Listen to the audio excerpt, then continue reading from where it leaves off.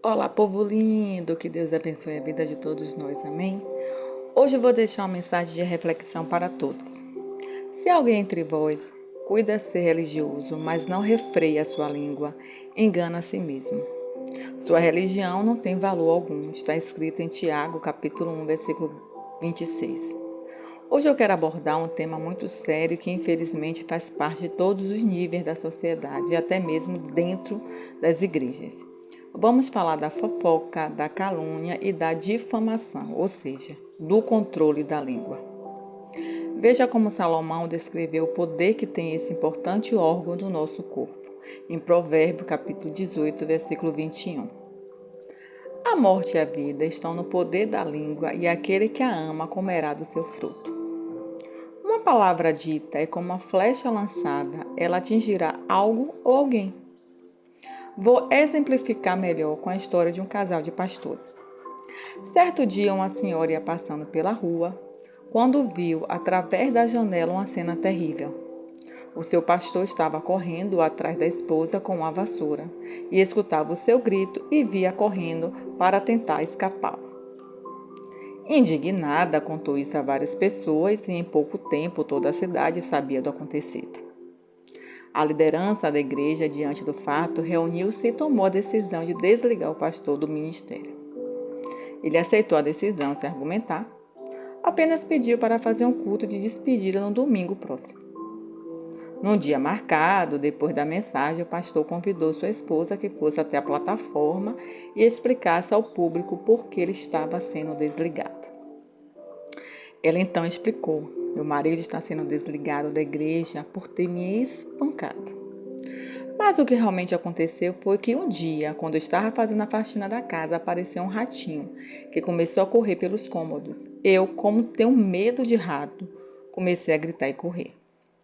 Meu marido, vendo isto, apanhou uma vassoura e começou a correr atrás do rato para matá-lo. Foi por isso que meu marido está sendo desligado da igreja e estamos indo embora para outra cidade. Mas gostaria que a pessoa que espalhou essa falsa notícia sobre o meu espancamento viesse até aqui, pois estamos prontos a perdoá-la pelo engano cometido. Todos os presentes sabiam quem havia espalhado aquela notícia. Por isso aquela senhora não teve outro jeito senão ir lá e pedir perdão. Então o pastor disse a ela: eu te perdoo, mas a senhora terá que cumprir um pedido que eu vou fazer. Tudo bem? Ela respondeu: tudo bem. O pastor então deu a ela uma missão. A senhora vai apanhar um travesseiro de penas, vai até um alto do morro no dia de vento forte e solte todas as penas no ar. E no dia seguinte, volte e recolha todas as penas sem perder nenhuma e recomponha o travesseiro para ele ficar do jeitinho que era antes. A senhora respondeu: pastor, isso é impossível. Depois que o vento espalha as penas, eu não conseguirei mais ajuntá-la. O pastor disse: pois foi exatamente isso que a senhora fez com a minha vida.